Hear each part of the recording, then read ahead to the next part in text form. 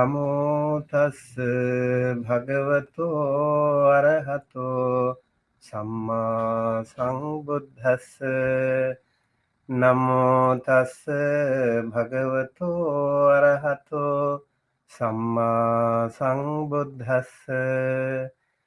Namo tassa bhagavato arahato samma sambuddhassa.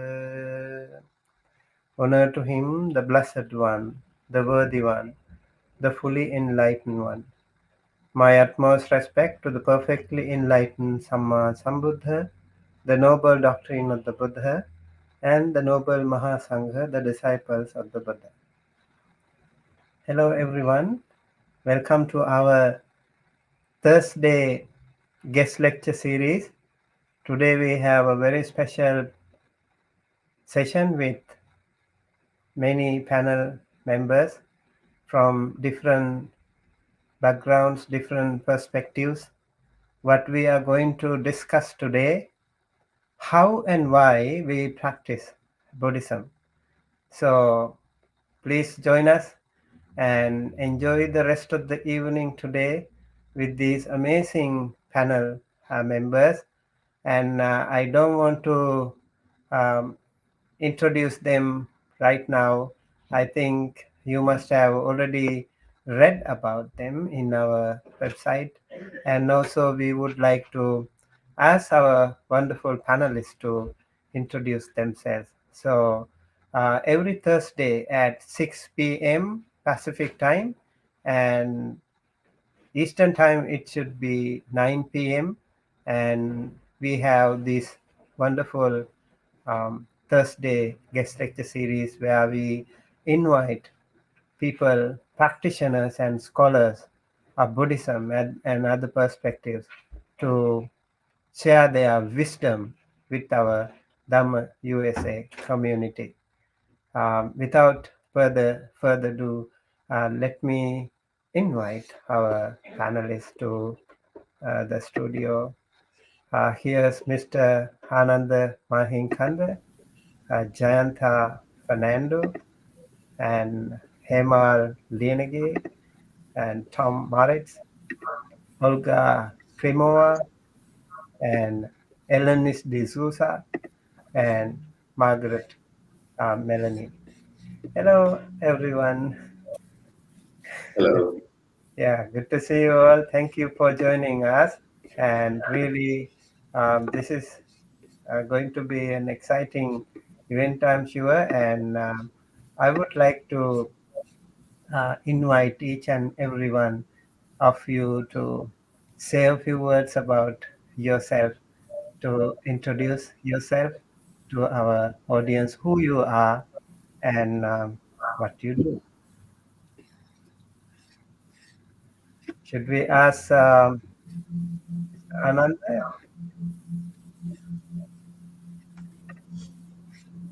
Okay, Swaminatha Thiruvan Saranai. Thiruvan Saranai means may the triple gem bless you. That's how normally we start, according to our tradition. Well, my name is Anand Mahinkanda.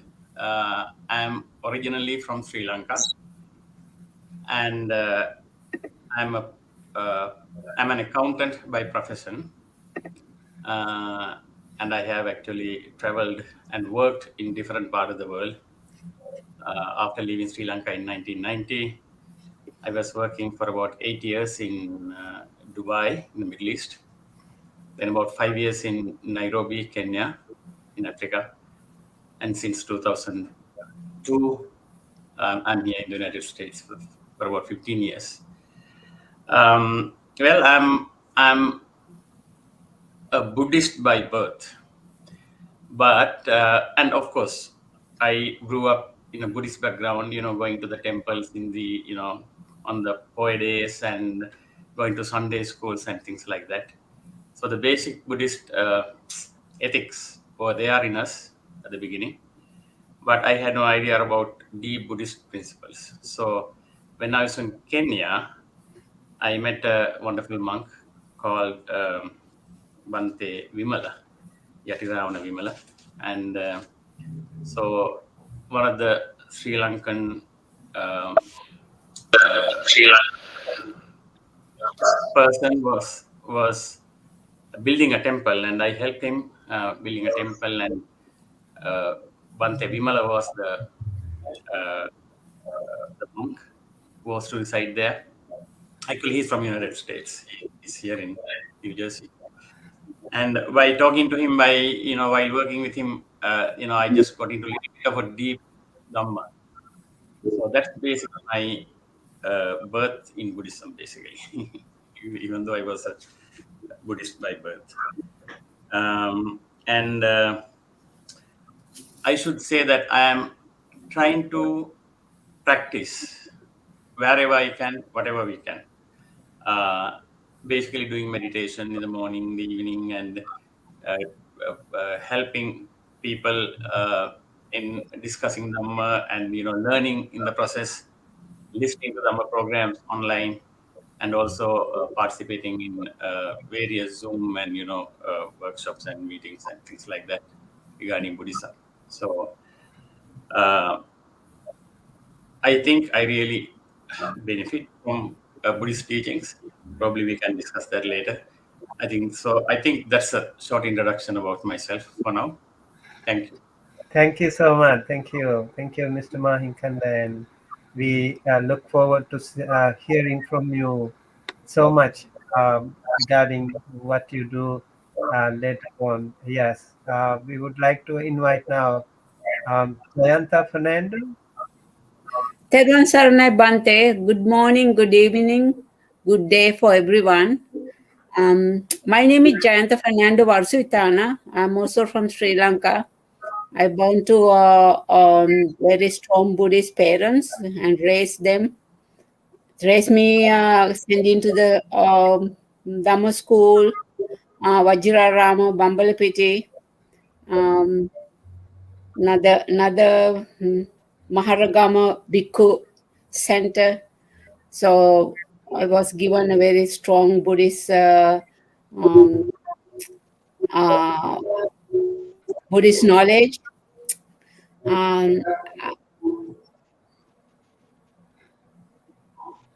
My parents are very strong, and they make me to do so many, good things, force me, and I was really appreciate what they have done for me. And also, when I was younger, and I was really felt bad about me not being beautiful compared to the my sisters. So I was really going through very difficult life.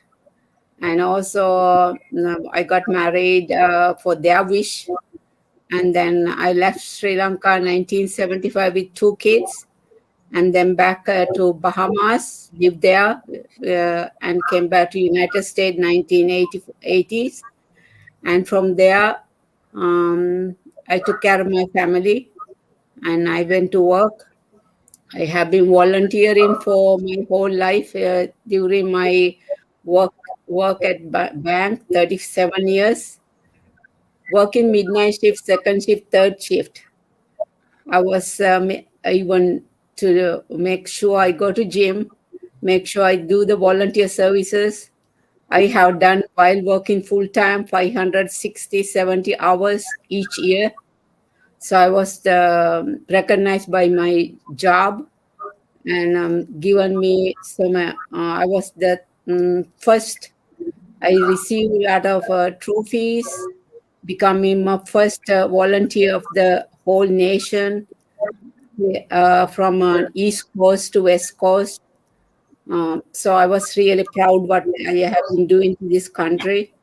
And also I raised my children, and now they are doctors. Two of them. When I was working, when I was living in the Bahamas, I was also volunteer at the Kidney Foundation.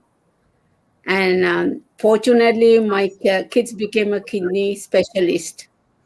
And so I'm glad that but have a successful, difficult time with my coming to America first time 1980s. No Sri Lankan people I met. only myself. So I went through very difficult time with accent and difficulties to abuses. All the things happen.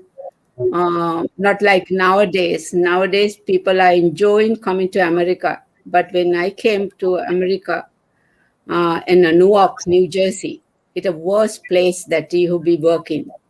So you had to go to middle of the night to work, taking the buses. I was a little young girl, young woman with the two little kids. So I have done. I'm so appreciative what I have done for myself. I became so powerful. That's what having that power is called virya. Give me the chance to focus my life and bring up my kids. Not only that, whole world, everyone is appreciating what I have done.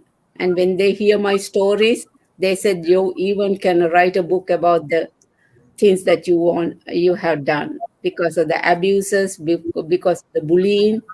And I was able to mentor a lot of women who is in the shelters. I said, you are not only person went through this difficult time. You can be like me. Get the beaten and don't let it anything happen to you. Just keep the head straight and walk through your path. So I think it was given to me from my prior life. So that's what I believe in. What you are carrying, you can carry on with you. Nobody can stop you. So that's what I can give to you right now. Thank It's, you so much. It's really, I think, inspiring, and yeah, she has become a wonderful mentor and inspiring many people in the community, many different ways. So we look forward to hearing from you more uh, in a little while. Hema Lianagi, another wonderful young prospective Buddhist practitioner that we have here. We would like to hear from you. Hello, Saranai. Good evening to all of you. So I'm Hemal Yanagi, and I'm a quality engineer at an aerospace company, and also I was born and raised in Sri Lanka, predominantly a Buddhist country. So I was exposed to Buddhist culture and traditions at a young age, and but I believe that the Buddhist philosophy and teaching is different from culture and traditions. So at young age, so the culture in Sri Lanka is like very goal oriented. So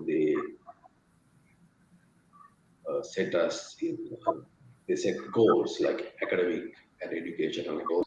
So at young age, even from grade 5, we have like so many different exams, grade level and advanced level and university. So it's a very competitive system in Sri Lanka because lack of resources.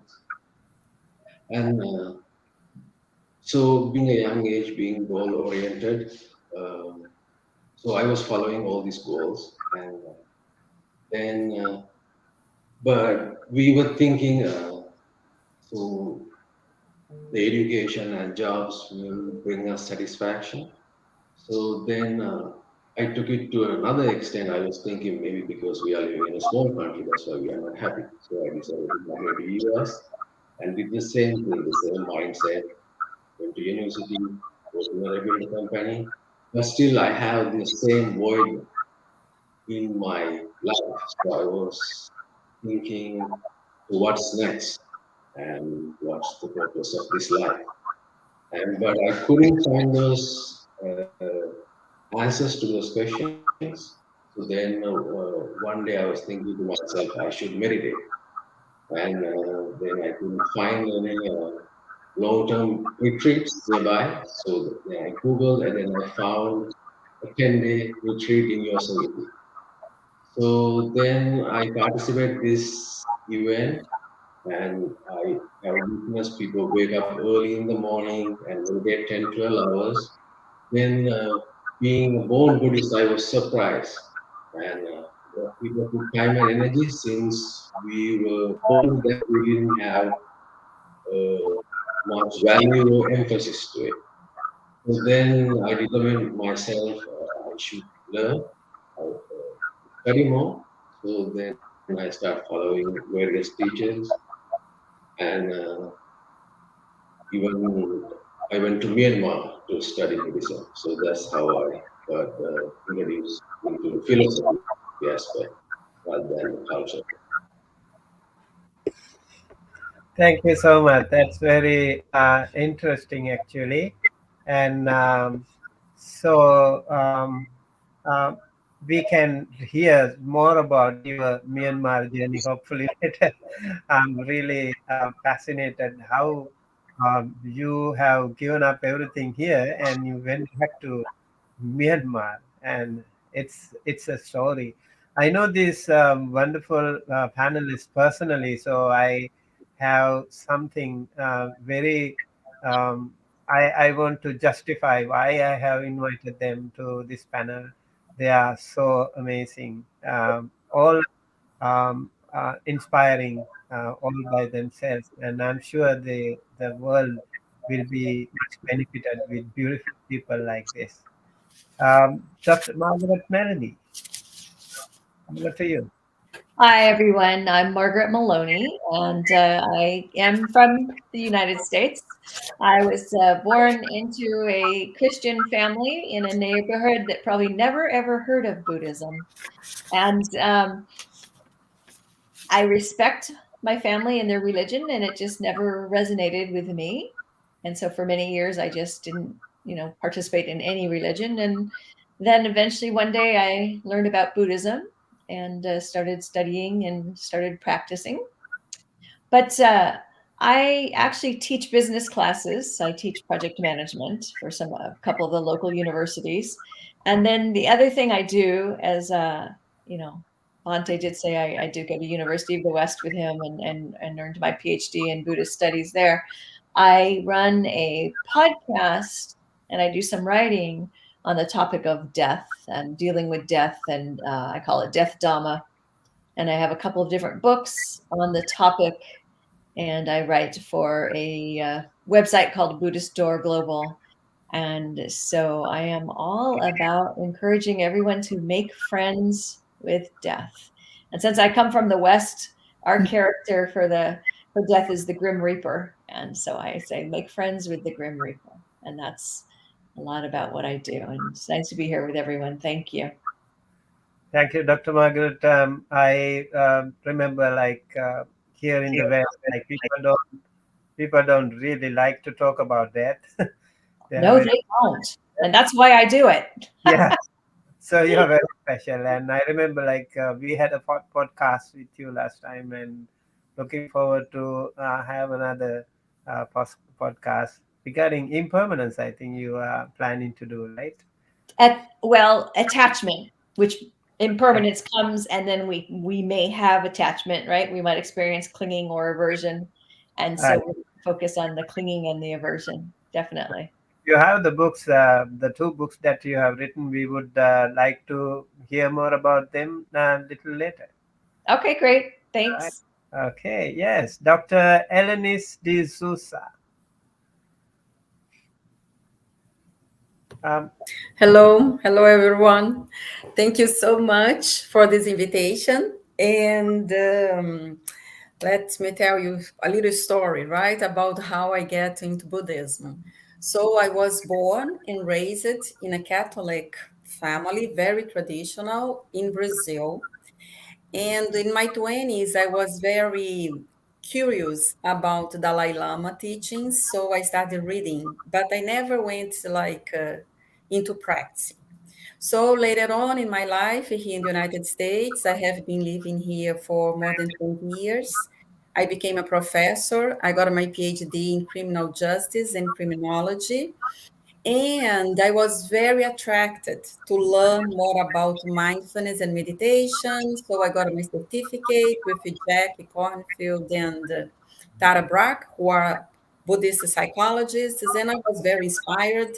And in a specific time in my life, I went through a lot of crisis, a lot of suffering, and I found my refuge in Buddha.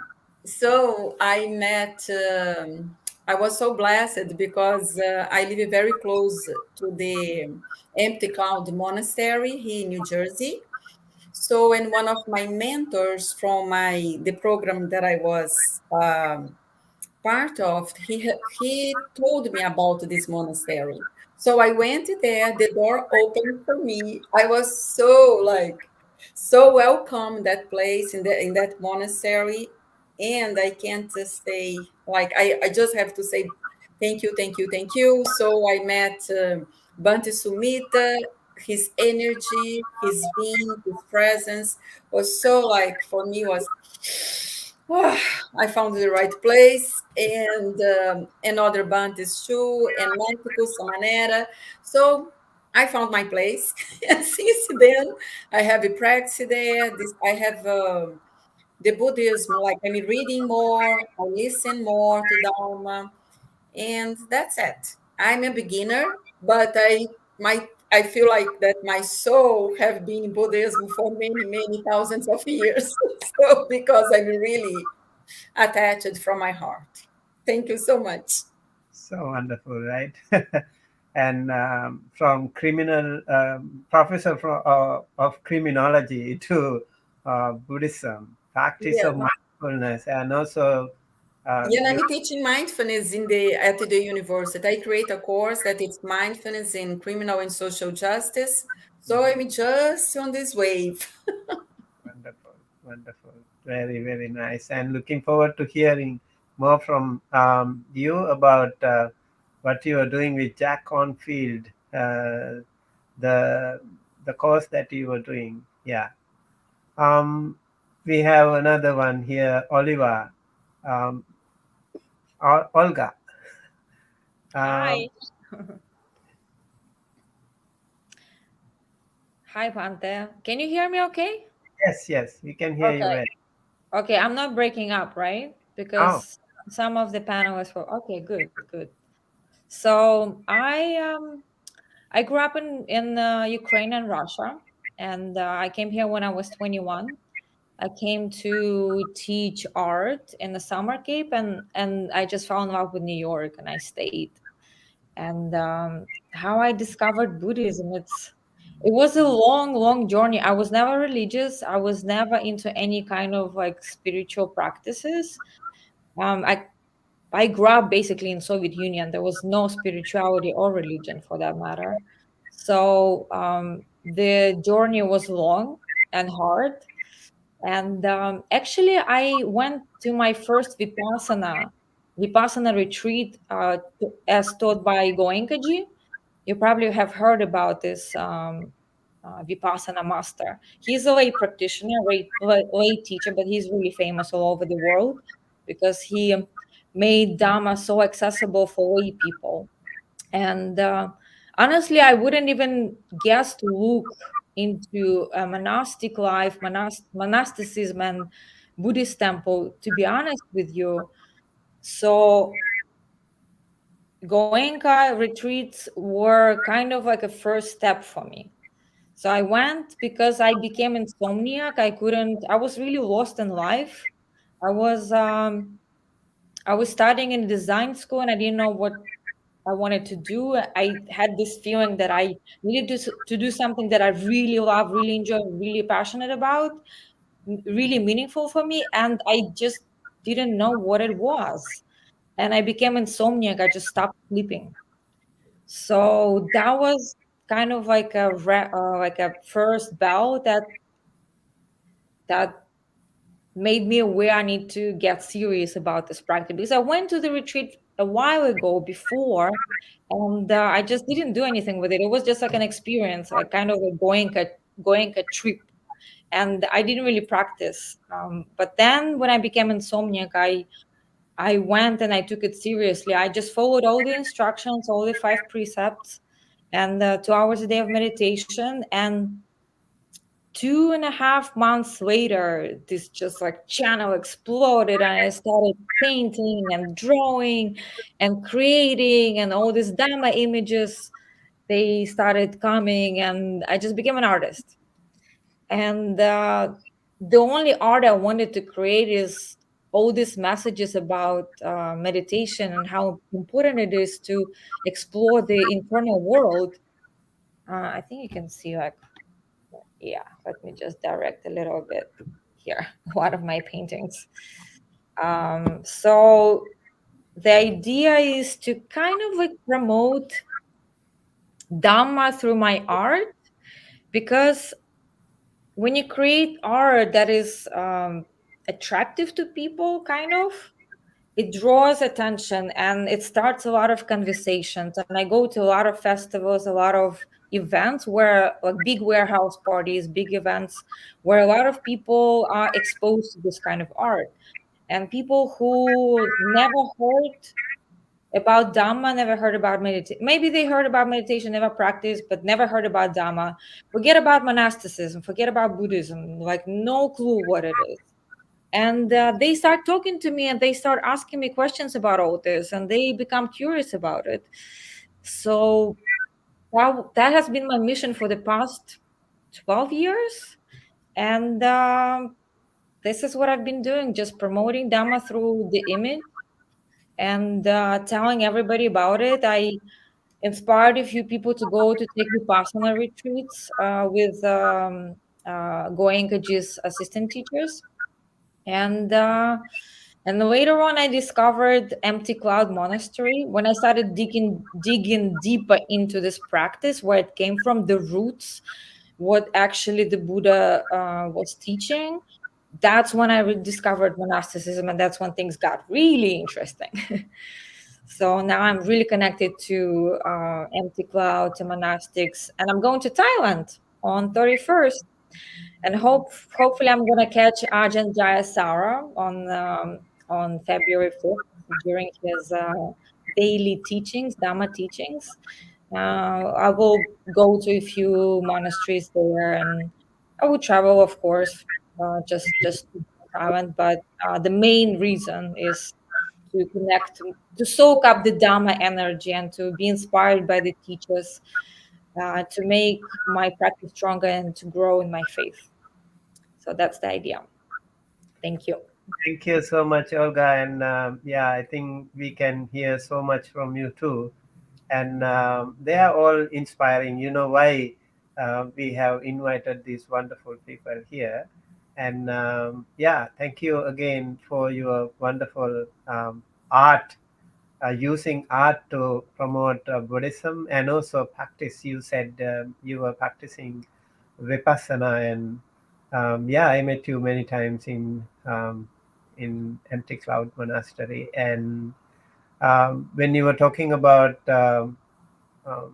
Buddhist art, I remember like we were actually conducting a Buddha art exhibition in our university some years ago with some other Russian friends, and there were other professional Buddhist artists from different countries. That was amazing, like week-long art exhibition on Buddhism. Yeah, so okay, looking forward to hearing more from you about your art and other activities of Buddhism. Thank you, Bhante. Yes, Professor Tom Maritz. Thank you, Bhante. So first of all, I want to say hello to all the panel members. Men and women are beautiful. Thank you for that. And Bhante, you are a dear friend. I hope you know that. And Bhante and I have been able to co-teach at least once in our career at the university. I also want to say that there are three of us who have, Margaret and Bhante and I have been associated with University of the West, and we've had a tragedy very nearby just this past week. Yes. And we are holding continuing ceremonies at the university. Our chaplaincy program and others are remembering all those who suffered this past week. By the way, including the person who committed that act, all people.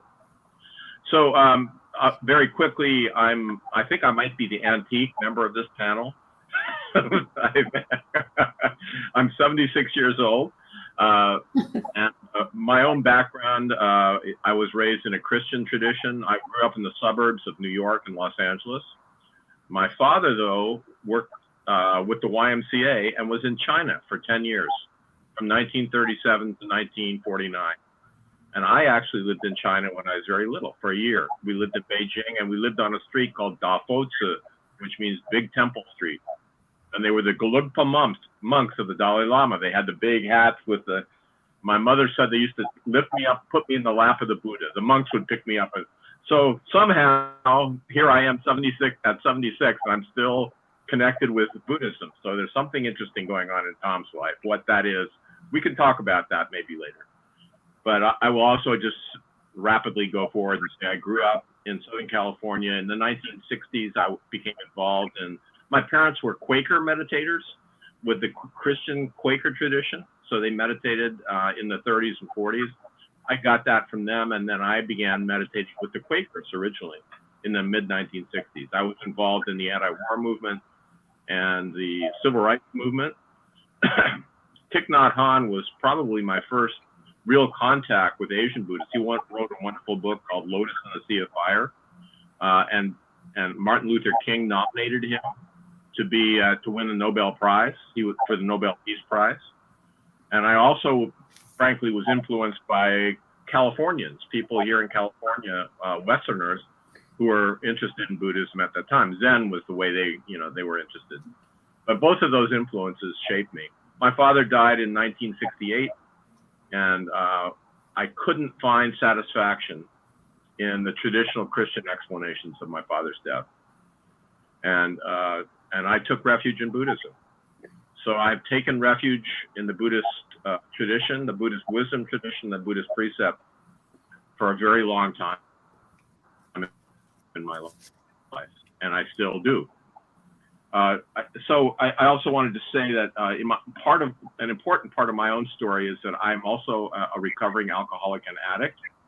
I've been in recovery for over 35 years, and Buddhism has been essential to that process. Again, I was able to do a number of workshops with Thich Nhat Hanh in the late 80s. We came out, Jack Kornfield had him come out to Spirit Rock. I took refuge with, and the precepts with Thich Nhat Hanh, probably 4 or 5 major retreats and workshops, but many other people as well. Bhikkhu Bodhi, when he was based in New Jersey and I was working in New York, was one of the teachers. I became a member of the board of the Buddhist Global Relief, Bhikkhu Bodhi's organization, and was given the opportunity. It's a great blessing to have worked closely with Bhikkhu Bodhi, who, of course, had spent 28 years in Sri Lanka. And so eventually it all seems to come together. It's so interesting as I look at the course of my own life, how these different influences have brought me. And then eventually I came to work at the University of the West. And I've been teaching there for 10 years now. And as I mentioned, Bhante and I have taught together. And I knew Margaret as a member of the Engaged Buddhist Alliance. Just an amazing university. And I'm so grateful for that opportunity. I'm very grateful to be a part of this panel. So thank you, Bhante. We'll have an opportunity to talk about many more things. So I appreciate so much being here. Thank you. Sadhu, sadhu. Thank you. So wonderful. And every word you all said was so touching, heartwarming. And I'm sure we have a lot of people joining, and hope you also have some questions. If you have any questions, please post them here. And also we would like to invite to have a look at these wonderful people, these panelists. You can read them read a lot about them, learn more about them. And yes, so I would like to ask another question from you now. What Buddhism means to you, and why is it so significant? Mr. Ananda? Okay, thank you, Swami Nohansa. And also, actually, I have to thank you for bringing this panel and take us as a part of this panel. So wonderful people, and so interesting to listen to their backgrounds. And thank you so much, everybody.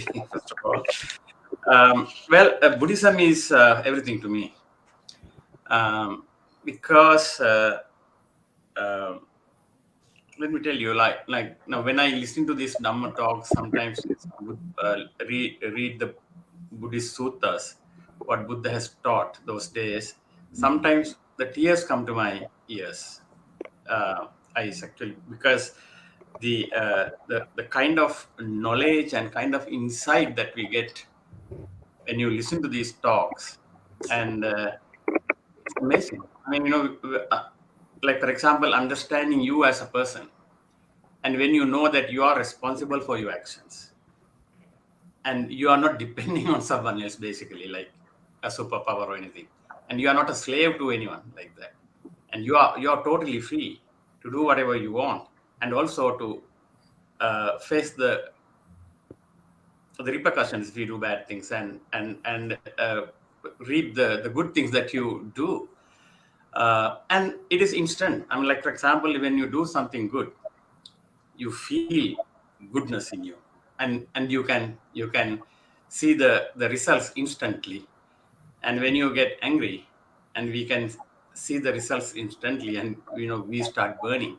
So the problem is, I mean, if we don't have this teaching, I mean, in the way that I think, how can we handle these things? Who is telling us about what to do?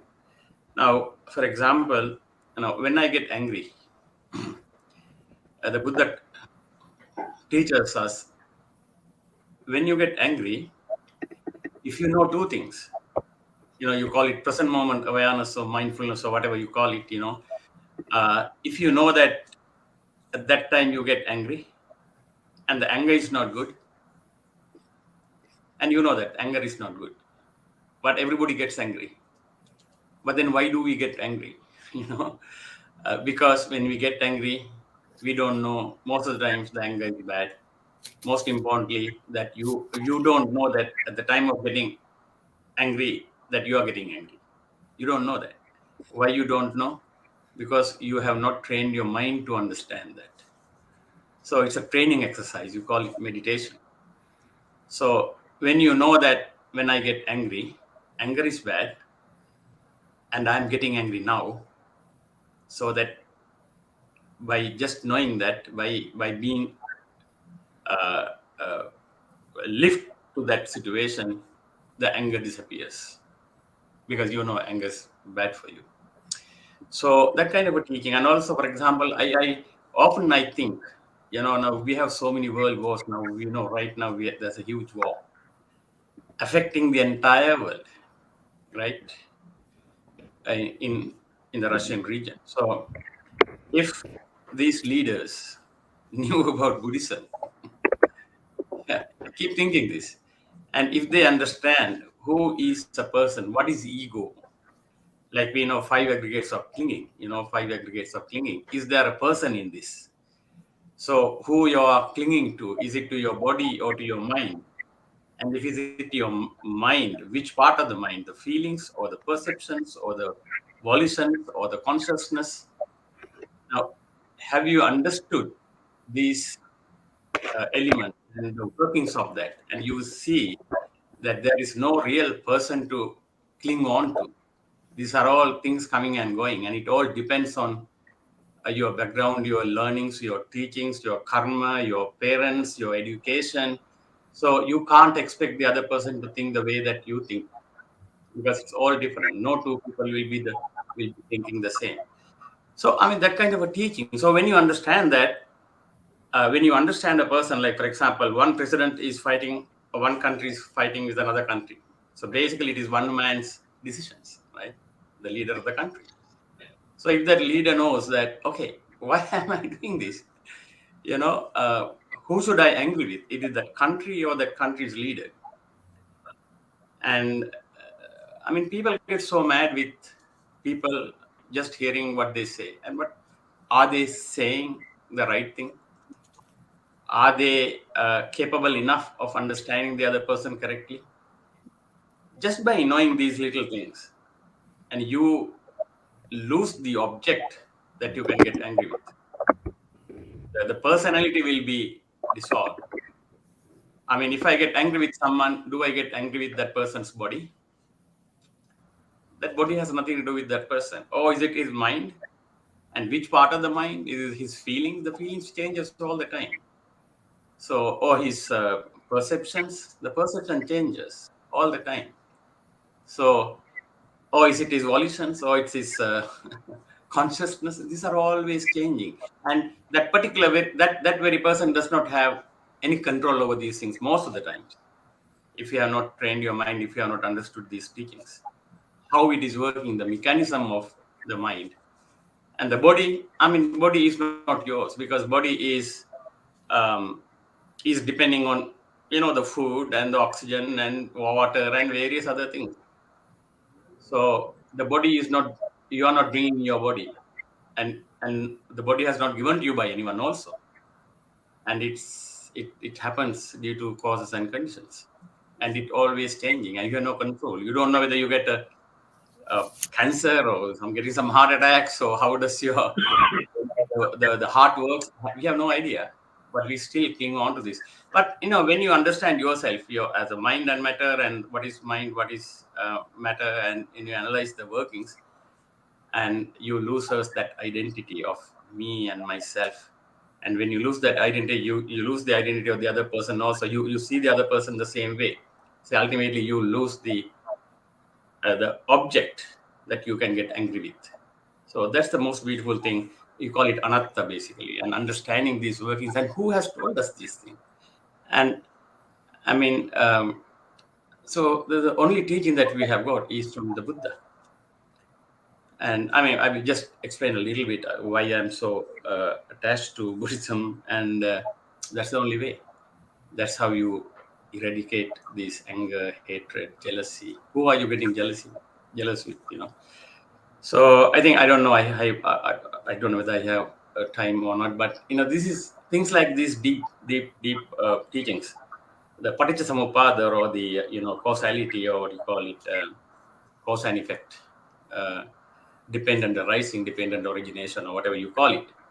And when you analyze these things, and you're so amazed. And I mean, if we did not have some access to this Buddhism, how do you know these things? This is a reality, and no one can challenge. So when you think like that, sometimes you get tears, actually, because oh my God, I was so fortunate enough to understand these things. I'm not a slave of anyone, and if I handle them correctly, I get the benefit. If I don't, then of course I don't. Things like that, Bhante. So I'm so fortunate. And the other beautiful thing is that when you listen to these things, when you practice that way, and when you practice, when you develop your mind with some kind of meditation wherever possible, then you see how you change yourself. And we meet such wonderful people like you guys, all these things due to Buddhism, actually. So I love it. I don't know whether I gave the answer.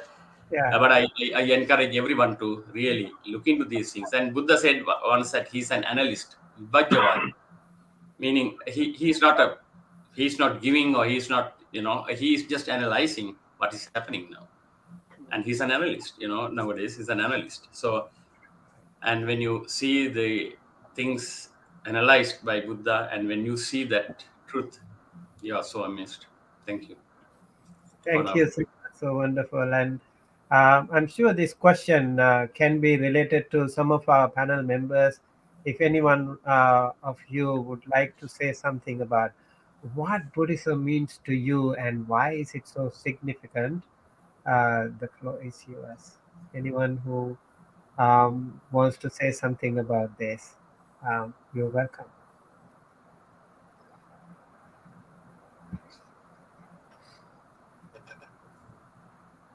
Jayanta, you want to say something?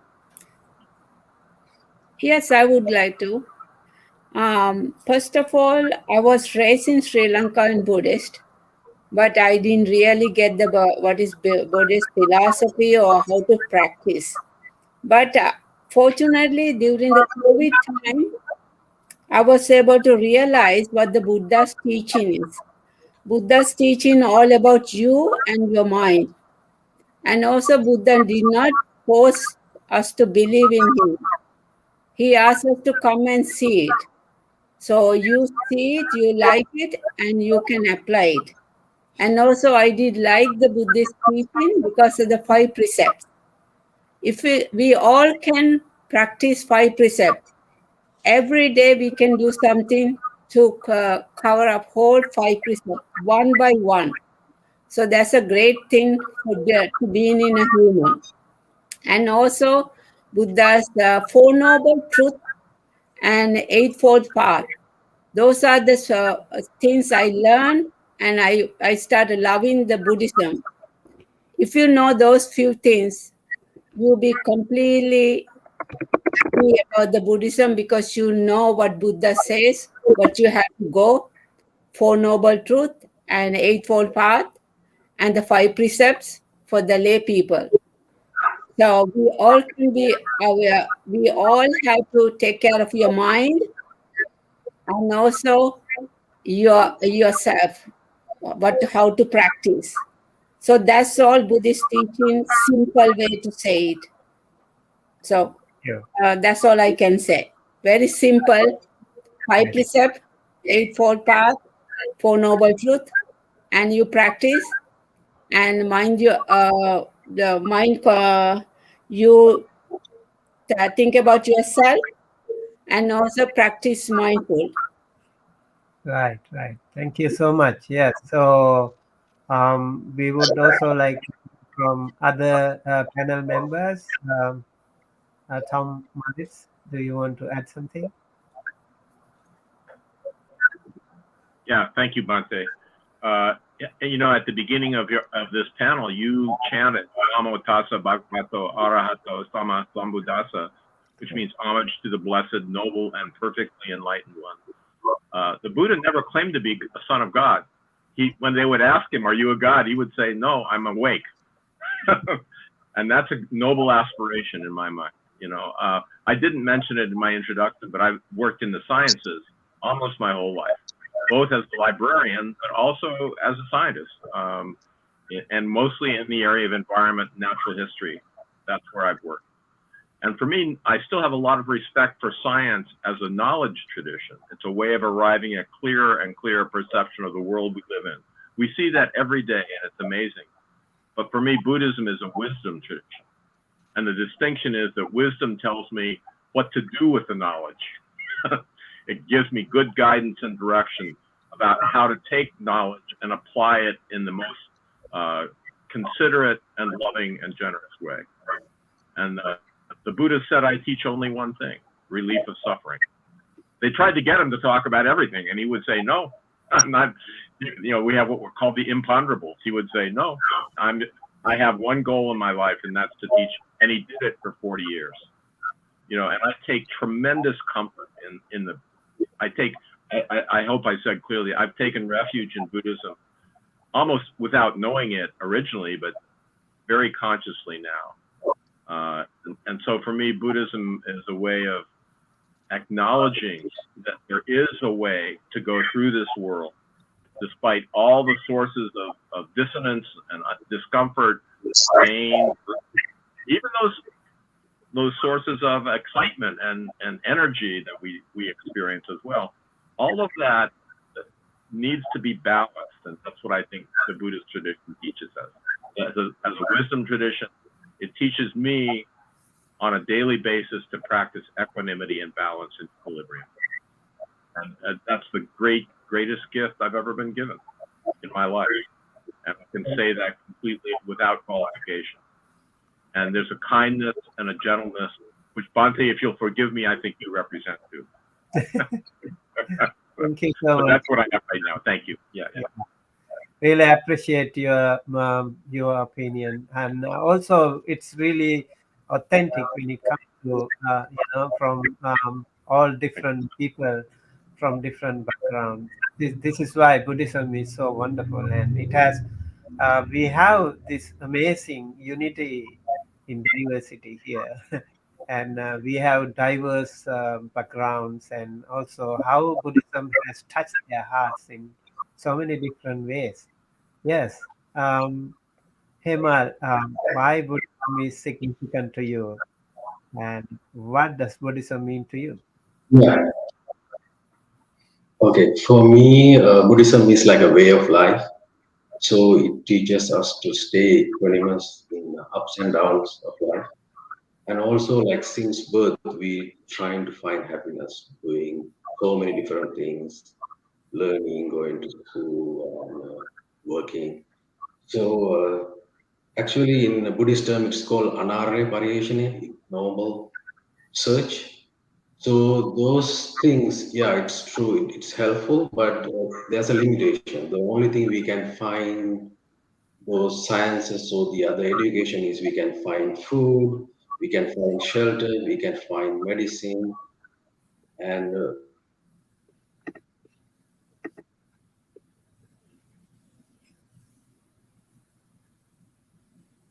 Sorry, you were mute. can you Okay. hear me? Yeah, yeah. Right, we can hear now. Uh, okay, was it muted? So did you hear what I said earlier? Yeah. We heard.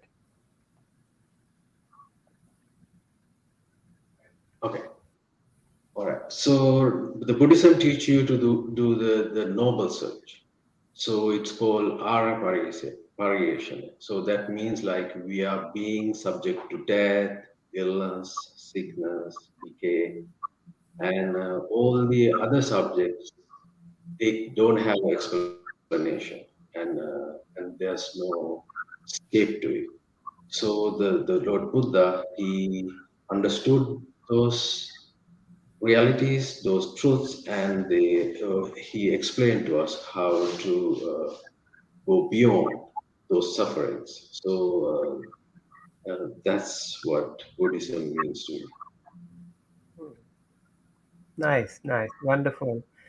So I think because of the time restriction, we would like to also go forward with the other questions that we have. A lot of questions actually. I would like to ask Margaret. You are talking about death, and I think this question can be very relevant to you. What's your perspective on the Buddhist theory of karma and life after death and suffering? Oh, okay. Well, that was actually one of the things that helped me realize that I was a Buddhist. Is I realized from the time I was very young, I always believed in rebirth. I mean, I didn't know about karma yet when I was a kid, but I always, the idea of rebirth was just, it just made more sense to me. And so I think it's important, though. One of the things I've learned along the way is that I think it's very important to understand and to, when someone we love dies, we don't want to wish that we will see them again in another life, because that's a form of an attachment, right?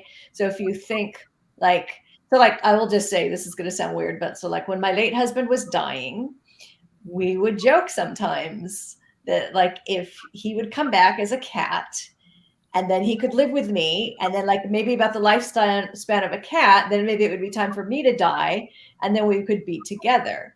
And that was just an odd thing we would do. But actually, what we want to wish for someone we love who is dying is that they don't come back.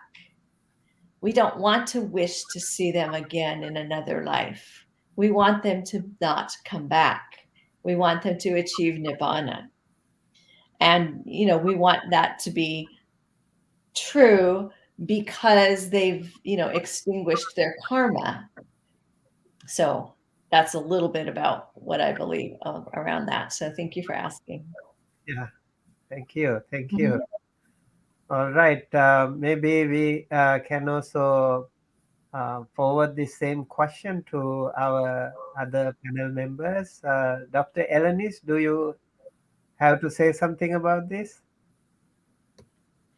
Yes, yes. Even though I considered myself a beginner in Buddhism, what I have learned from my heart about the Dharma is that this idea that there is this cause and effect, there is this conditioning. We are here because of the conditionings that we created, right? in the past, but we still have the opportunity to rebirth at this moment when you make choices, when you make mindful choices. So this process of death, it's not for me, by my understanding, it's not only from you just die, right? Physically die, but I think it's a continuous process of rebirth every day. When you see the conditions and you create new conditions for tomorrow. So yes, that's how I understand the Dharma and make me feel like more mindful about the choices that I make every day. And one thing about Buddhism that I've learned, how I translate Buddhism, that there is this part of his suffering, that we learn the suffering, to confront the suffering, but at the same time this idea that never give up, because we can choose happiness, we can find the happiness as we feel, even though we are responsible for our actions like the dharma, the karma, but we are never alone, because we're part of this whole, right? So we are one. So yes, that's my what I have take from Buddhism and Thank you. and the You- death. Thank you, Dr. Elenis. And Olga, do you think you also have followed up this theory? Because maybe, as you said, you are from a very different background, and Yes. we see now in the part of the world that you were living before is all full of these things, death, suffering, and all karma. And what do you think? I always believed that I live kind of like it's a wrong thing to say I live forever, but I always had this feeling that there is rebirth, reincarnation, whatever you want to call it. That we are not just this physical body. It just was this knowledge was always in my heart. Even though I was never religious, never any spirituality growing up in Ukraine or Russia, I always I was looking in the sky as like as a kid and was wondering about the connection to cosmos, and I was feeling like this is my home, and like I'm one with whatever is above my head. And there was no doubt in my mind that this life that I'm living is this is not just the end. It's not all it is to it, you know what I mean? So but when I discovered Buddhism and I was contemplating about rebirth, I thought, oh my God, that's like great. It's such a wonderful thing. You keep on rebirthing, and you just basically live forever. It's awesome because life is awesome. And but digging deeper into Buddhism and realizing that, oh, the probability of manifesting of karma, any kind of karma manifesting, and the mystery how things manifest, we don't know if it's going to be good or bad. Like we can do our best to create as much good karma as possible in this life, and this is what I've been trying to work on since I started getting serious about it. But yeah, this idea of nibbana and the ending of suffering is becoming more and more clear to me, because the older you're getting, the more you realize death is inevitable, sickness is inevitable. But when I was young, I was thinking, this is amazing. I keep on reliving the life one after another, one after another. But now the realization that, oh, every time I have to go through dying and through getting old, getting wrinkled, getting sick, not able to walk, and, becoming less and less able, that's actually making me get much more serious about my practice. Like those like sobering moments of like Buddha's truth about that there is suffering in life, there is birth, or there's birth is suffering, death is suffering, sickness is suffering, getting what you want, not getting what you want, getting what you don't want. It's just facts of life, and we have to sober up and come in terms with it. And start actually working on getting out of here, getting closer and closer to Nibbana. So yeah, this is I realize how long this path is, but I really hope maybe this is the last lifetime. It's not realistic, of course, but one can only hope. But at least the process has started and I'm working on it. That's a good news. Wonderful. I would like to pose this question open to any of the other panelists. If you want to say something about Buddhist theory of karma, life after death and suffering. Yes, please.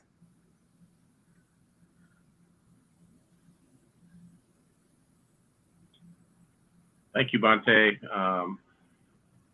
First, it's a very important question and very profound, I think.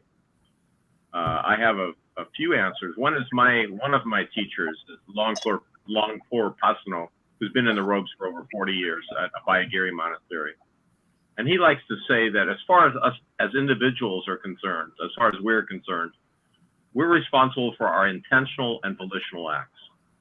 And that's what karma produces. It comes from my intentional and volitional acts. He says that when the tsunami hit the coast of Thailand, a lot of people were saying, "Oh, those poor people on the beach, it was bad karma." And he said that's nonsense. If a tidal wave hits the beach, it has nothing to do with anybody's individual karma. It's a tidal wave. There are laws in the universe that affect how the universe operates. We're responsible for our intentions and our volitional acts. And I think that's for this person. Also, when it comes to future lives, one of the interesting dilemmas is Bhikkhu Bodhi talks about pancha, which he calls the elaboration of self. We all spend a great deal of time in our lives building up this idea of, like, as you see, this person, is my haircut proper? Are my clothing good? Is my education good? Would you like to see my resume? We put a lot of energy into building an elaborate self, but that's not a permanent entity. It's not a fixed entity. It's simply transitory, and as we know, and attaching yourself to any part of that. There's a English word for it called vanity, I think. In the Bible, it says vanitatis vanitatum, all is vanity. So if we consider that, then the question becomes, what is it that does move forward? If I don't get to be Tom for the rest of for infinity, what will move forward? And I believe it's our hearts.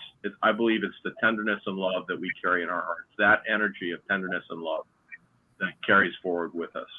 And that's about as much as I can say about it, which is probably too much already. Thank you. Thanks for your kindness. So much, yeah. Anyone wants to add some more last addition to this, few more words before we proceed to some personal practices of all of you?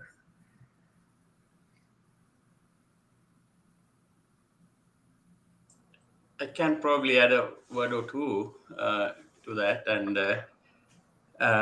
karma is, now we think sometimes the karma is everything also, but it is not. The karma, I mean, the actions that we perform now also becomes karma. And the beautiful thing about karma is that we can change the karma. We can manage it. When you manage in the right way, it can be a good karma, or good feeling.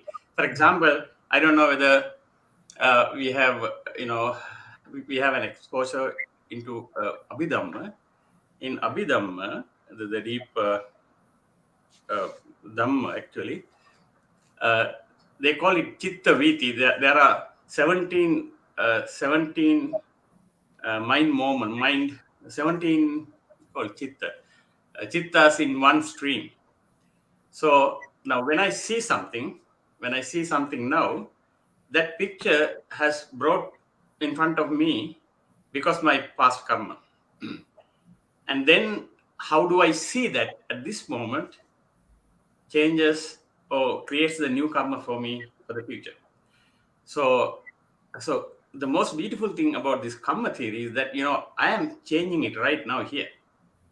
Like, for example, you see some bad thing on the street. I mean, some people are fighting or abusing each other, something like that. A bad scene. So that bad scene has come has been brought before me because of my karma. I see that. There's some light waves coming, and it hits my eye and then creates some images. Okay, so that is my karma. But when I see that incident, I can be angry with them, or I can be sympathetic to them. So that option is mine. Now, if you get angry with them, oh, what these people are doing here, and these guys have no manners, and they're shouting, what kind of education they have, and things like that. If you look at them on that angle, that way, then you create bad karma, and you feel bad about yourself at that time. Actually, you create unnecessary stress for you.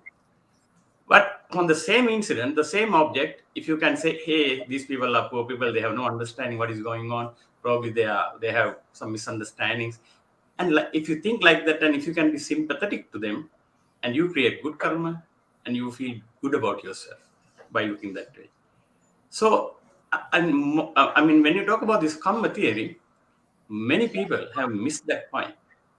So the most important thing for us to understand, I think, I'm sure you all know what I'm talking about, that we have the ability to change the current situation right now.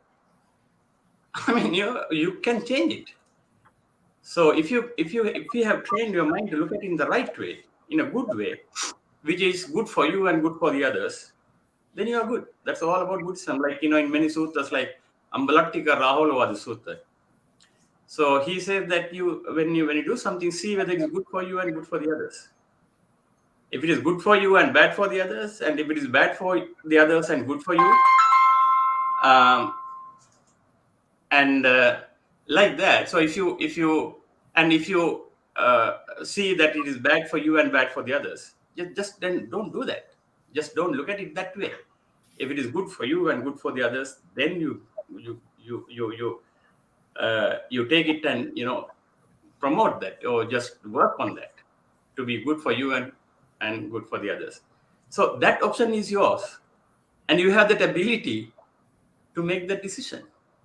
So only thing is, we don't know at that time that you have ability to do that decision that way, the better way for you, better for you, and also better for the other person. So this is karma, and then after that we create 7 more chittas, the good chittas, the karmas, and goes back to bhavanga, and that making that stream. So I think in the karma theory, we need to understand that we can change that karma. Whatever the object comes in front of you, and the way that you are reacting, you will. I mean, that option is yours. The way that how you react to it is your ability, is your responsibility to react it to a proper way, so that you don't get angry, you don't create problem for you and for the others at that time. I don't know whether I complicated that. Thank you. Yeah. Thank you. I think that will also be very theoretically very important response. And we have a question actually from Shani Ali. What if you are born to a different faith in your next birth? I hope this question also is little related to the discussion we had. Anyone wants to respond to this? What if you are born? Yes, Margaret. I will, because I was. Right? I mean, well, we don't know, but what if I was Buddhist? I mean, we have to assume I'm not enlightened, so I'm probably going to be here, and I've been here for other lives. Maybe I was Buddhist in other lives, and that's why I came to it in this life, right? But so I was born into a Catholic family. And, again, I have tremendous respect for that tradition because it has helped many people in the family. I just was never one of them. And so, you could come back and be born a different faith, and you may stay that lifetime in that faith, or you may find Buddhism again and become a Buddhist. But yeah, it's certainly something that could happen. We don't know. I mean, look at the many past lives of the Buddha and all the stories, the Jataka tales and the stories of the past lives of the Buddha and all the different things that he went through. So yes, it's a thing that could happen. You may find Buddhism again, or you may not find it during that next lifetime, but probably eventually you will. Yeah, I think many of the panelists are also from different backgrounds when they were born. Yes, Tom, do you want to say something, Tom? Yes, I will. Sorry, I don't want to monopolize the conversation, so I'm trying to be careful. But the Buddha never said he was founding a religion. He never said this is a religion, and then all you other guys are doing something else. He simply said this is a path to relieve suffering. And if the Dhamma is true, then it follows that many different aspects of the Dhamma will be expressed in many different traditions. I don't think the Buddha ever said I have a copyright on truth. He was expressing his understanding, and so of course there are elements of truth in many different traditions. But I will say something that, because I've said earlier that I was raised in a Christian tradition.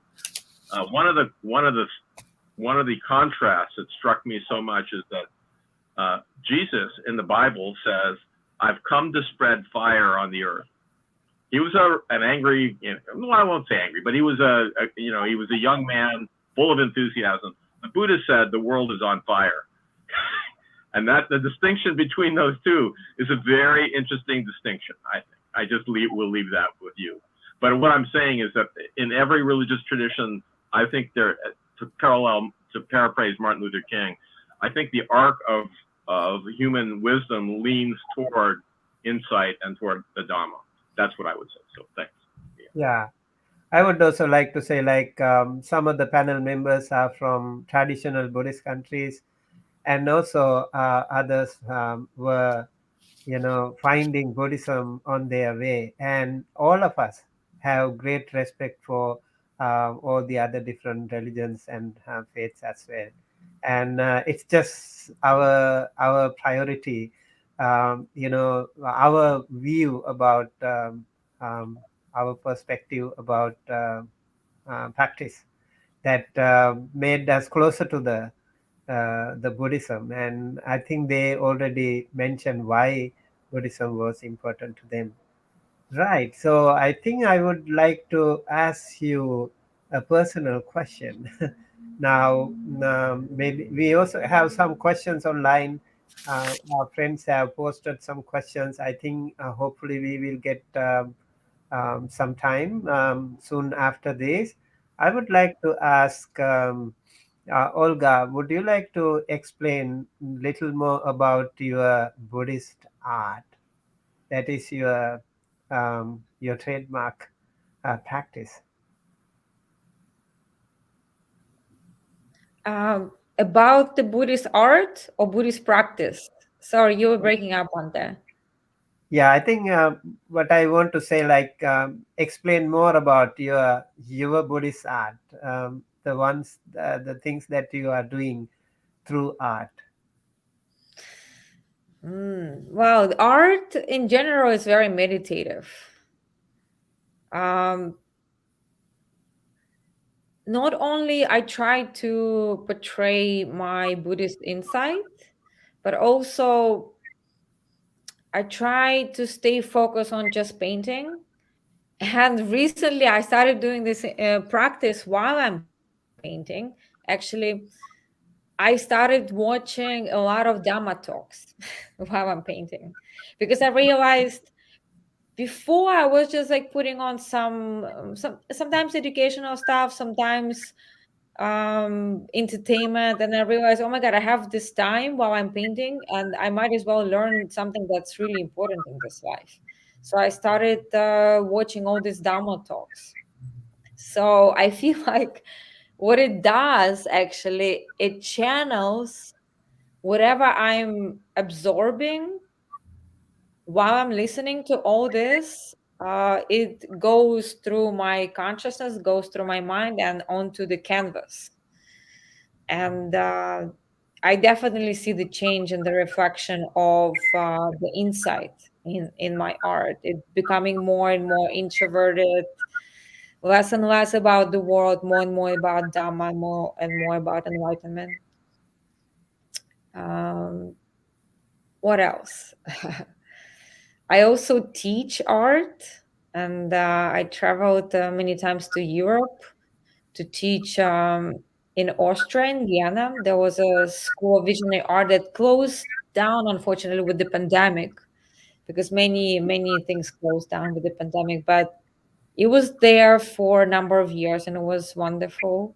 And also, while I was teaching art, we would start every morning with all my students. We would start every painting session with a meditation practice, and I would have the whole, like, kind of sort of Dhamma talks, like trying to explain my students what I learned from my teachers, explain them the importance of sila, explain how to meditate, and we would meditate together. And we would do it every morning before painting, while painting, and yeah, that was really good combination. I feel like it's the combination of art, especially art that is related to Dhamma, together with meditation practice is so important. It's so wonderful because not only it gives me a lot of flexibility in my life in terms of my schedule and ability to travel, ability to take workshops, ability to take retreats whenever I need to, but also it gives insight while painting, listening to Dhamma talks, transferring the knowledge onto the canvas, contemplating, also passing it on to my students. It's all like one big Dhamma circle. Yeah, in my life, it's very connected. Though recently, I'm becoming more and more introverted, and I'm even thinking about, oh, there could be a time when I won't even do art, maybe when I would just meditate and dedicate my life completely to Dhamma. Like those of renunciation go that far. I don't know if it's that gonna happen, but I feel like I'm not as attached to the outcome of my art career or art in general, which makes it much more balanced and more wholesome. Thank you so much. I think Buddhism and art have been indispensable ever since. Throughout the history, we see art and Buddhism are so well connected. And here we have a practitioner doing art and teaching art and also practicing Dhamma, listening to Dhamma and doing the paintings. That's amazing. And you said also like you practiced before starting your art. Thank you so much for doing that. And Olga Klimova is an amazing artist based in New York, and you can also, dear friends, take a look at her website and also Instagram. I think she has nearly 60,000 followers, and also she has a good Facebook page with all the wonderful art, um, and wish you all the best. Thank you. Margaret, you mentioned about the two books that you wrote on Death Dharma and also your podcast and your upcoming projects. Would you like to explain a little bit about that? I might be able to show one of them. So, yeah, Mhm. so the first one I wrote is called Carpooling with Death. And it's about my experiences of going through the deaths of my family members and, what I experienced and, what it was like and watching myself and watching others around me. And then let's see, do I have the second one? Of course I do. And then the other one is called Sitting with Death. And in this book, and Bhante is in this book also, I interviewed 12 wise teachers and asked them questions about dealing with death and grief and all of the things that were helpful to them. And that turned into a book. And then that's also part of the Death Dhamma podcast. The first season is the interviews. So Bhante is in season 1 of the Death Dhamma podcast. And then the second season, I went on and had people tell stories of impermanence and we're just starting season 3 now, and we're going to talk about attachment. But so that's something I've been up to. So thank you. That's so wonderful. I think these two books, it's available. Is it available in Amazon? Or? Yes, definitely. That's the easiest place to find it, is Amazon. Right. So we would like to maybe take a look at her website as well, Margaret and Olga, and all the other panelists. If you have a website, please type in here, and we can also post here so our audience can have a look learn more about you. I would like to come to Hemal. Hemal has been practicing Buddhism for a long time now. But I think lately he found a more accelerated journey, I would say, more deep into Buddhism. And Hemal has been hailing from a very illustrious Buddhist school in Sri Lanka. And then he came here and was working as really very responsible person in a high profile company. And then you left everything. Suddenly we saw like you were gone. You and your wife, like you resigned from your jobs and went to Myanmar. You came from Sri Lanka to US and you resigned, then you went to Myanmar. What was the story? What happened?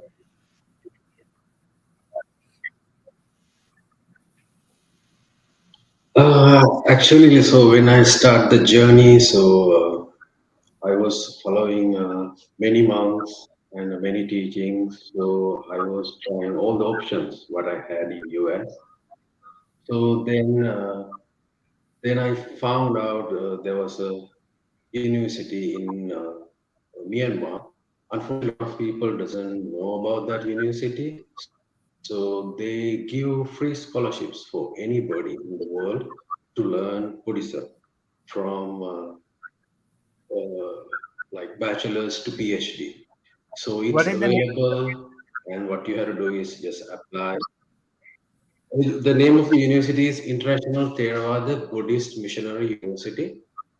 So what you have to do is you have to apply, and there's like a examination at each whichever you live. So you can go to the embassy, and you can sit the exam. And the Myanmar people, they are very generous. I think they are the number one generous country in the rankings, and I do agree with that. So they'll take care of you like anything. So and the reason I chose Myanmar was back in those days, like in Sri Lanka, so they did a tremendous thing to preserve Buddhism, and during that time, so Buddhism was spread to Myanmar as well. But unfortunately, in Sri Lanka, so we had a lot of wars and things like that in the past. So we were unable to preserve it in certain time periods. But in Myanmar, they have saved and treasured all those teachings in like different parts of the country. So, and the other thing I noticed in the education over there, so in our university, there was like 20 professors. So when the 20 professors are teaching, so all the teachings are same. So it won't. Uh, Sometimes like we hear like different opinions when we listen to different monks, but the thing is their teaching was backed by the Pali Canon, and they focus on like Satipatthana, the mindfulness, the Vipassana meditation, and they go to the basics. So and the other thing I noticed like when you learn Buddhism, we learn bits and pieces here and there, so you won't get the full map. So in the education system in Myanmar, so they have organized in a certain way. So any beginner can start from the basic knowledge, and you can become very knowledgeable. And in the meantime, you won't have any doubts. So the just being there and learning, so that all the doubts will be clear. And so the reason I went to Myanmar, because when I started studying Buddhism, and I felt that we have limited time because we were born as humans, fortunately, and because we have done past good karmas, and we don't know how long it will last. So, like one of the panel members talking about the death, we don't know like when is our death. It could be next month, could be like tomorrow. So we have to manage the time wisely. So and with your age, so your physical capabilities goes down. Similarly, the mental capacity. So that's why I thought when I heard about these institutions, so I thought I should act before it gets too late. So and that's the final. Thank you so much. I think I would say like Dhamma USA community has a lot of connections with Myanmar, Thailand, Sri Lanka, and US, and many other countries. So we really want to learn more about these resources, as you said. Is that International Theravada Missionary Buddhist University, you said? Yeah, because they are focusing mainly on foreign students, because they have many institutions for local students. So that's Right, why they use a missionary, and it's right. a full scholarship. It's a full So scholarship. it's And, International Theravada so Missionary Buddhist University, right? yes, Uh, ITBMU. Yeah, you can find the application. Okay. So if anyone is It's interested in Google. learning Yeah. Buddhism in a systematic program, Myanmar is a wonderful destination to visit, and there are many resources. I think in Sri Lanka we also have Venerable Magga IIT. I really like that International Institute of Theravada, and Venerable Magga and a team of wonderful monks are doing great service to Buddhism. They are also trained in Myanmar, so take a look at them. And they are again wonderful places. Even in Thailand, we have many different places for us to learn Buddhism. And I think Tom Moritz talked about Ajahn Pasanno, and we also have here many places where we can learn Buddhism, but not as much as probably in Asia. They have a lot of opportunities to learn the Dhamma. And those people here that we see are real like gems, and they are doing so much good for the benefit of the community here. Ananda Mahinkanda, you are such a wonderful person. I know personally for a long time, and especially I would like to hear from you. You are very profound in your practice, your meditation practice, and you learning the suttas, dhamma. Sometimes I also, have a discussion with him. So it really helps me as well. And but above all, I think your trademark is veganism. Would you like to say something about Um, yeah, Bante, Buddhism has two folds. One is, how you manage your worldly life, then the mundane level and the supramundane level. So in the mundane level, you don't lose your identity. Okay, you are a person, there's a mother, there's a father, and there are special people. There are, karma and rebirth. And if you do good things, you get good things. If you do bad things, like karma theory, like things like that. And if you do offerings and some meritorious deeds, those will give good results and stuff. So, and there you identify a personality. Even though in the supramundane level, when you look at yourself as 5 aggregates of clinging, 5 aggregates, then you loses the identity. You loses yourself. But in the mundane level, of course, there's a person. I mean, we have feelings.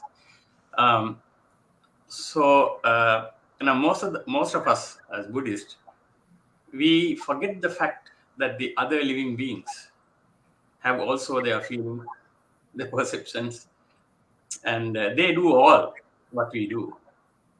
Only thing, the humans have a little superior mind where they can, they can use the mind logically and little bit more usefully if you want.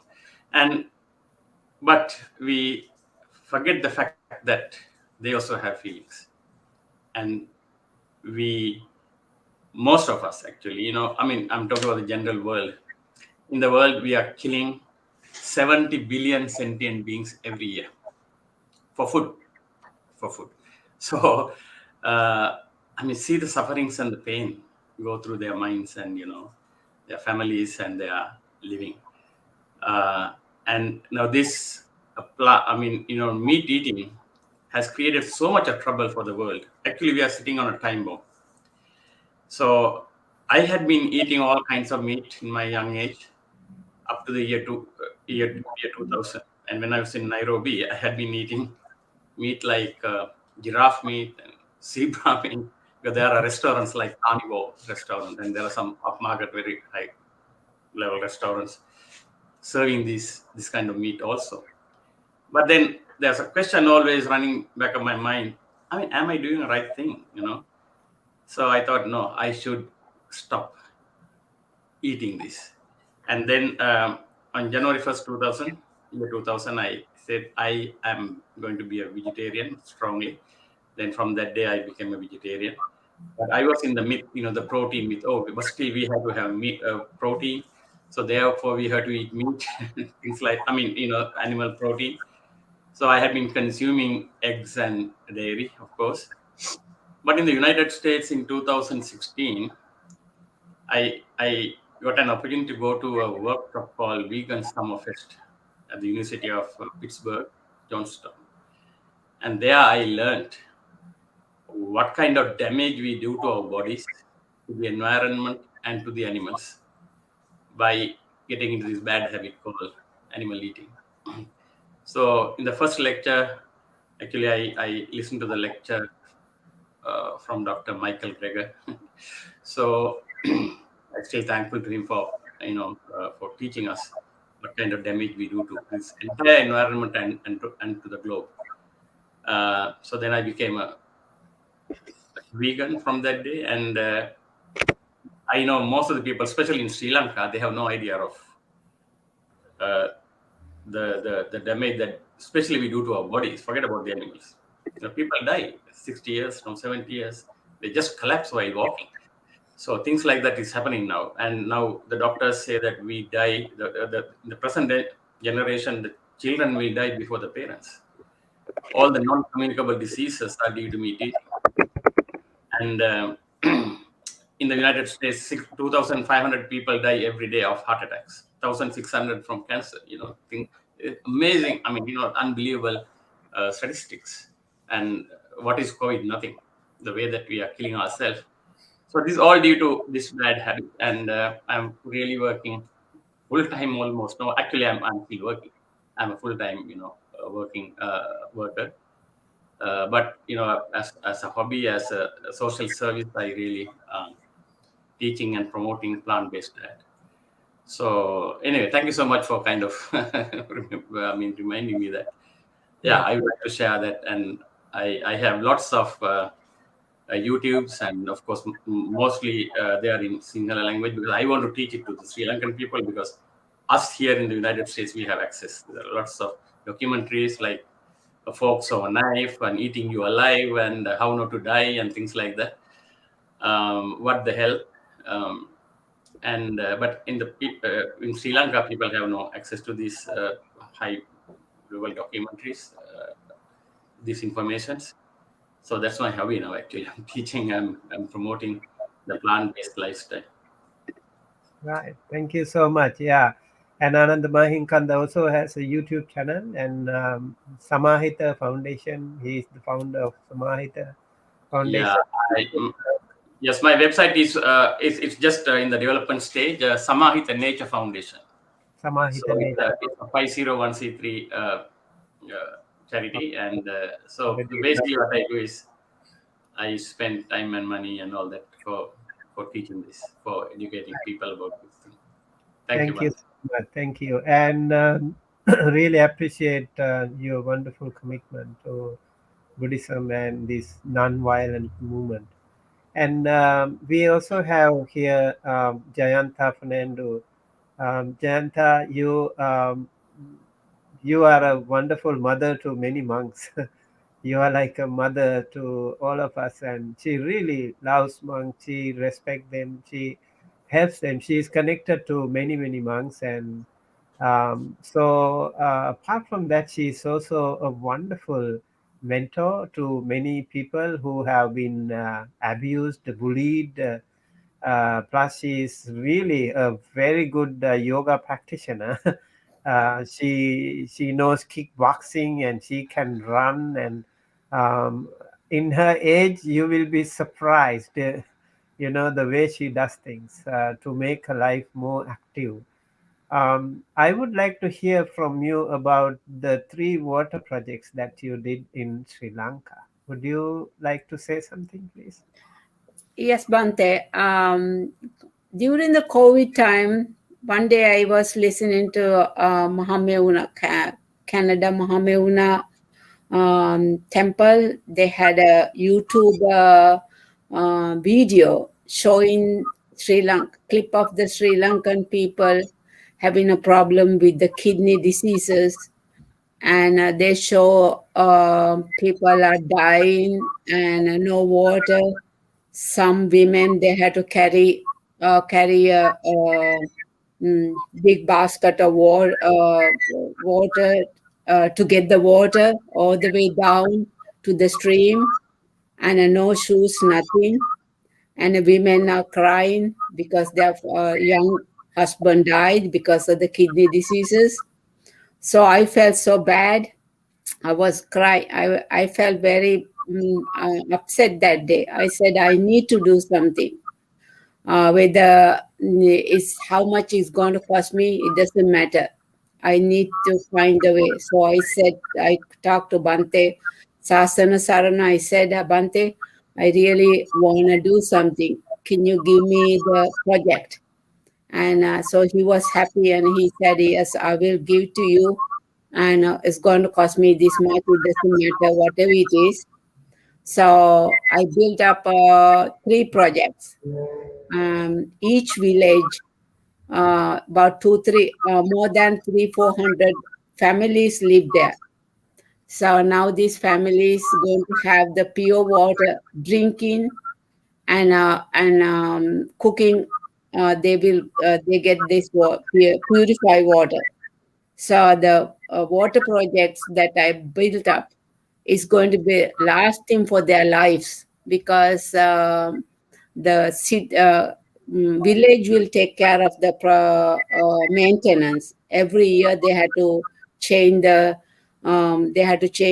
salt and all kind of maintenance. So I know that even I'm not going to be living in this world, but the kids going to be born in that village will have the water for their lives. So that's how I did all 3 projects for the 3 villages. I went for the 2 opening ceremonies. And during the opening ceremony, I also gave about 300-400 bags full of food. I provided them. And also I gave the reading glasses. I took about 350 reading classes. When they come to the opening ceremony, I went each individual or people and gave them a little piece of paper and asked whether can you read this, and they said they can't read the papers because they don't have a eyesight. So I offered the reading glasses for them, and they were so happy, and they said, oh my God, this woman is like a send. They were send it to them like that. So they were so impressed what I have done. And same thing I did that for the library. The kids came with the parade and all kind of happiness seeing them. Not even that, the police, when we got called to the police while we traveling, and they want to keep our car because my nephew did not have the driver's license. So finally, I make them understand why I came, what I did, and this and that. Then I also gave them because they're driving in the scooters without having sunglasses. So I had some sunglasses. So I offered the sunglasses for the officers. So then, even when I went to Sigiri, I gave the reading glasses for them. All the people they're impressed, and they were saying this during the COVID time. Why did you come? And you supposed to be traveling and enjoying. I said no, I didn't come for the traveling and enjoying. I just came to help you all. I want to see your happiness. I want to see your happy faces. So they were impressed. They were saying, I wish a lot of people will come like this, like the way you did for the lady. We will pray for you. So I had done 3. So I called all these 3 Buddha, Dhamma, Sangha. So those are the 3 projects I named for. So I also want to do one for the Devas, because I want to make sure Buddha, Dhamma, Sangha there, and the Deva will be protected our country. So every day when I'm here, I have pictures or the thing that I got it right by the Buddhas when I go pray in the morning, pray in the night. I pray for all people in Sri Lanka, all the villages where I went through. I imagine myself, I'm there. I ask God, Devas to protect them, and I ask the people to give the blessing to the Devas every day, because they're using the water, so they can do the dana sila bhavana. So I also told the villagers, please make sure you do the Buddha puja every day. Every water that you take it, keep by the Buddha and do the Buddha puja and ask Deva to protect you, protect your village, give the right time in the water, and a right time the harvesting, everything. It will come better and better. So I gave them a good speech for villagers, and they were so happy. So that's what I did. And also I gave up 30 scholarships, the 30 scholarship for the young teenagers to learn the Dhamma, because one day they can be a teachers and do the teaching in Sri Lanka. So that was, now I promise that I'll be doing that as long as I live. So that's kids going to have a scholarship from me every year. So the other one is the 30 pregnant women. I gave them the whatever necessary for that particular period. So those things also going to be in my list until I die.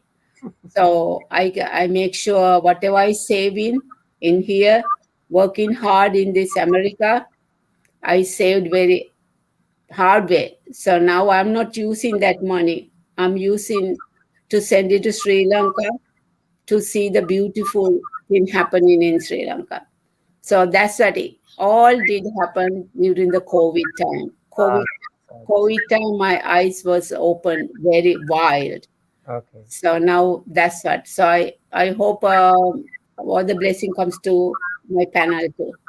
Thank you so much. So such a wonderful, wholesome heart, wonderful, inspiring philanthropist, and she also donated umbrellas to our school. I remember we Dhamma USA did a library project, and Jayantha was the one who sponsored. Really, really appreciate. I also sent the 3 boxes of the goodies for Yes, for Bante's niece to spread it into the different places. wonderful. Thank you so much. So, inviting all of you to help your community in whatsoever you can. Whatsoever way you can, you should help your community wherever they are. There are a lot of people who need help. We should do it. There are a lot of good hearts like this also to help make their life happier, bring smile to those wonderful people over there. Thank you so much, and may you be well, happy, healthy.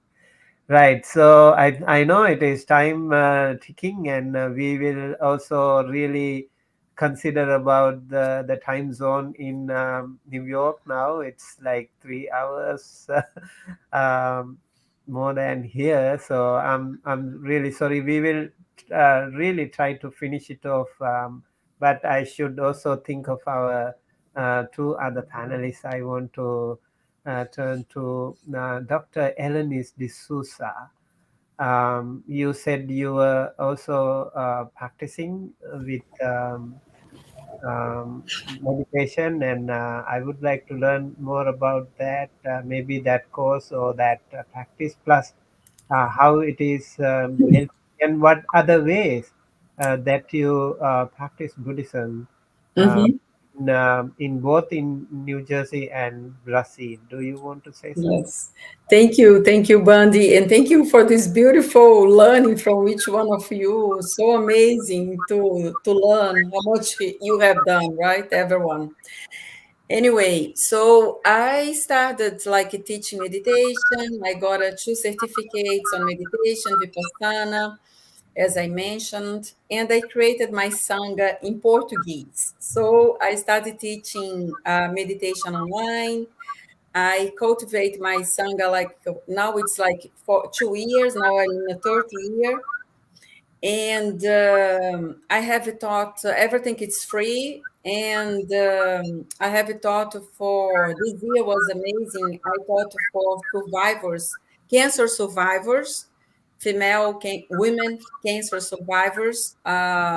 They are part of a cancer survivor group here in Newark, but they all speak Portuguese. So I'm trying because in Brazil you don't have a lot of this Buddhism tradition, right? So I'm trying to spread the word in Brazil like as much as I can.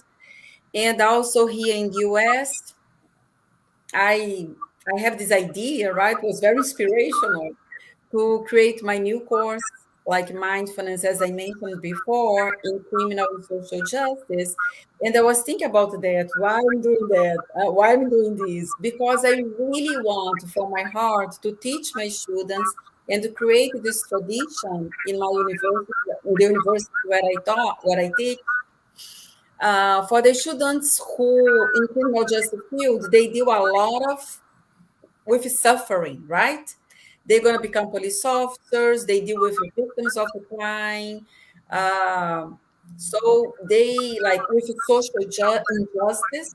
So I felt that it's very important for them to learn more about meditation, to learn more about this beautiful practice of compassion, of that you drink a little bit, drink from like the Buddhism teaching for them to become like mindful leaders in this field of criminal justice. So yes, that's what I'm doing, and yeah, that's me. I feel like I'm in the beginning of this journey, and I know that many doors it's gonna be open. I feel that, so I'm very trustful. I have a lot of trust and a lot of faith that I am on the right path. Right, right. Thank Thank you for joining our community. And also, I know in Empty Cloud, you come all the way, and you Oh, always very inspiring, and you're very happy, and always appreciate others, and you are very ready to learn. And yes. I'm sure the practice that you are doing to help the police force is really helpful. I think they need more mindfulness practice, and they can be really very happy people, so that the community will be more benefited. Thank you so much. And Thank also, I have the opportunity to teach for offenders too, criminals. you. I'm Amazing. kind of Amazing. building this community too. Yeah, Yeah. Thank you. I remember like Margaret and Tom Moritz, we all went to different prisons, and so we were also helping here some people, and yeah, we welcome all of you to also join in many different ways to help the community in who are really in need of our help. Tom Moritz, I think you are the last panelist today to explain about your personal experience. I know you are so amazing. You have so many things to talk about. You I'll, are I'll, you are a scientist. I'll be brief. You are an environmentalist, and we were walking in the for bird watching, and I remember the blind possum. What is it called? Oh, the The raccoon.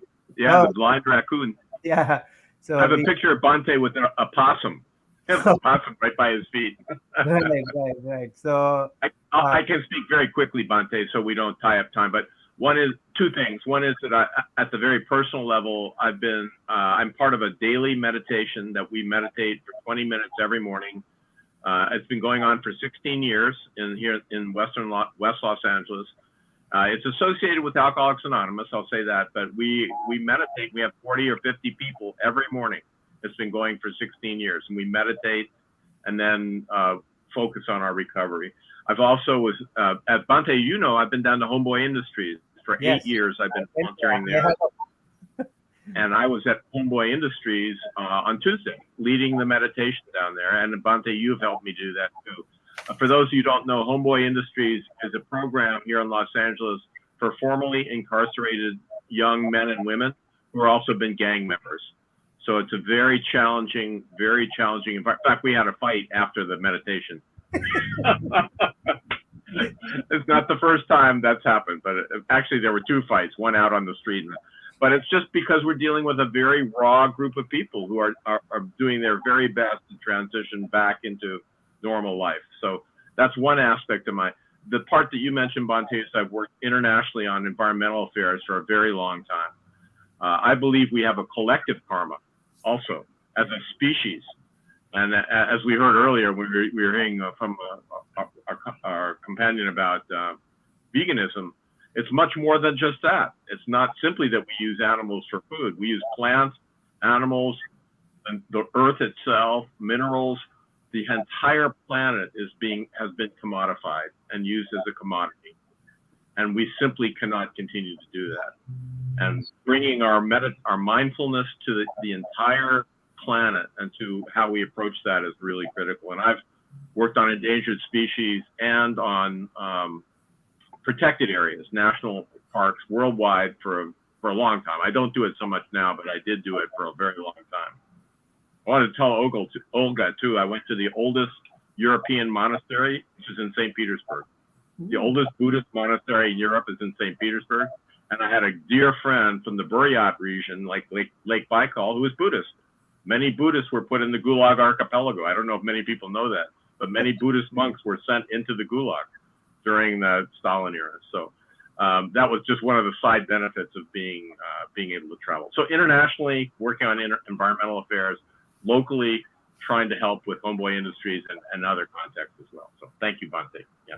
Thank you so much, and really appreciate everyone, and also for your time. And I want to let you rest. It was long time here, but I think it is worth. I know everyone has so much to say, so much to share, but I think within this short time, what you were sharing was truly amazing, truly inspiring. I really appreciate all of you individually, what you are doing for the world, and thank you so much. And we also have a lot of people who joined today, and Julie also asked the question. Unfortunately, we don't have time enough. Maybe we will answer your question another day. Julie, Indica, Tipon, Barua, Maki, Korat, Eranga, Fernando, Ashok, Tandi, and Indika Tushari, and Dulani, and Poonam, Shani Ali, and the vegan Vika. Kathy Chu also asked a question here. I think Priyangi, Madalena, Vimal Vikramasinghe, and many other people joined us today, and really appreciate everyone's participation. I hope they enjoyed the program, and looking forward to seeing you again with another program like this. And if any one of you are actually interested in joining us live, like resource person here with Dhamma USA, Thursday, 6 p.m. Pacific time. We would like to please write to us, and we will invite you for a guest lecture here. And looking forward to seeing you with another guest lecture like this in upcoming Thursdays. And we also have a Sunday Dhamma talk. Sunday we have actually dedicated for the Sangha members. So we have wonderful monastics from around the world sharing their wisdom on Sunday, 7 a.m. Pacific time, and Thursday here we also have this. And apart from that, we also have Pali classes. We have already 3 Pali classes going on, like level 1, level 2, and level 3. We want to help our community to learn the Dhamma, understand the Dhamma all by themselves without translation. That's the idea. And so with that, we conclude today's special panel discussion. May all our wonderful panelists be well, happy, healthy. May the Buddha Dhamma Sangha bless you, help you, protect you, and guide you towards the right path. Mr. Ananda Mahinkanda, Mr. Janta Fernando, Professor Tom Maritz, and Mr. Hema Lianeke, Dr. Margaret Melanie, and Dr. Um, Elenis D'Souza, and Olga Klimova. All of you have earned a lot of merits today by sharing your wonderful practice, your inner peace with the rest of the world. May all of you be well, happy, healthy, safe wherever you are. May the Buddha Dhamma Sangha bless you, help you, protect you, and guide you towards the right path. May all sentient beings, including Devas, Brahmas in the heavenly realms, and also other sentient beings in the lower realms, all men and women, all children and elders, everyone, earthbound, skybound, waterbound, all sentient beings, be blessed by the Noble Triple Gem. May they all be well, happy, healthy, safe. May all of us be able to live our life peacefully, comfortably, with good health. May all of us be able to attain the supreme bliss of Nibbana, the absolute peace and happiness at the end of our samsara. Thinking thus, please keep your palms together close to your heart and say 3 times, Sadhu, Sadhu, sadhu. So beautiful. Thank Thank you, you. Bhante. Thank you, Bhante. Thank you, everybody. Take some. Thank you. Thank Very you. nice meeting. Thank you. Thank you, everybody. Thank you. Thank you. Thank you all. Thank you. Bye, dear friends. Bye bye. Bye, dear. Good night. Good night.